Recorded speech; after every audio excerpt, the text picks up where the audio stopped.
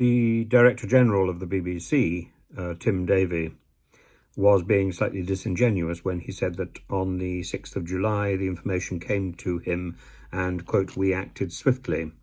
And he said, in answer to was he satisfied with the timetable, he says that's the wrong characterization, that there's lessons to be learned. But he still hasn't spoken to the presenter, and he recognises that the first call, which was made on the 19th of May, was 29 minutes long, and that the corporate investigations team decided the accusations were serious enough.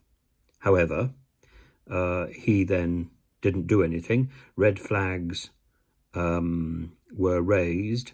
Were they quick enough? He now falls back on that old trope that the police need to do their work. There's a question about whether or not the presenter himself paid for the young person's legal fees. He says that's not a matter for the BBC.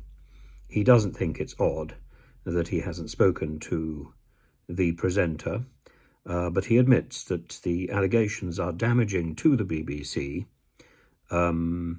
and says that the corporation is making the right calls. He's using the present tense, so making the right calls now, but for the last 7 weeks, it clearly hasn't made any calls at all. The right calls now are balancing duty of care, privacy, and a serious allegation.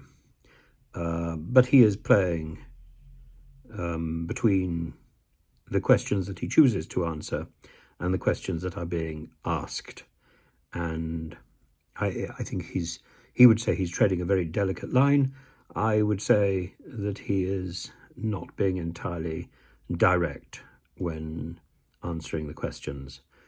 I think he's finding it very difficult to justify that 7 weeks period of inaction.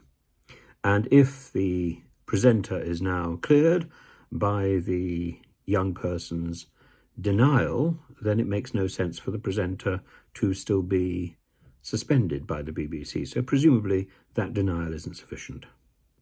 And the Metropolitan Police assessment is being led by a specialist crime command, and the police have said, we have asked the BBC to pause its own investigation while we continue our assessment to establish whether there is evidence of a criminal offence being committed.